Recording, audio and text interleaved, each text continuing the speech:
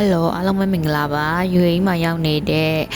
ဘာရီစာတယောက်အနေနဲ့တနေ့မှာလုပ်ရမယ့်ဘာတွေ responsibility တွေဘာတွေရှိမလဲဆိုတာလေးတစ်ချက်ပြောပြပေးပါမယ်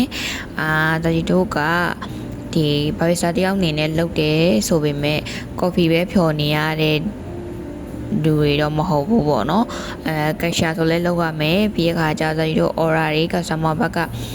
online order တွေရှိမယ်ဖုန်း order တွေရှိမယ်ပြီးရင် app တွေကနေ order တွေရှိမယ်ပေါ့နော် app ဆိုလို့ရှိရင် Bing ရှိမယ် Deliveroo ရှိမယ် Drive-U ရှိမယ်အဲ့ဒီကနေပြီးလာတဲ့ order တွေအကုန်လုံးကိုလက်ခံရမယ်ပြီးရခါကျတော့ဒီကရှာလဲလောက်ရမယ် order ထွက်ပေးတဲ့ခါဆိုလဲ order တွေကောက်ကမယ် order ထွက်ပေးရမယ်ပေါ့နော်ဒါကတော့ sign တွေကလည်းတစ်ဆိုင်နဲ့တစ်ဆိုင်မတူတဲ့အတွက် GD တွေကတော့ကွာခြားလိမ့်မယ်ဒါကဇာကြီးလက်ရှိလုပ်နေရတဲ့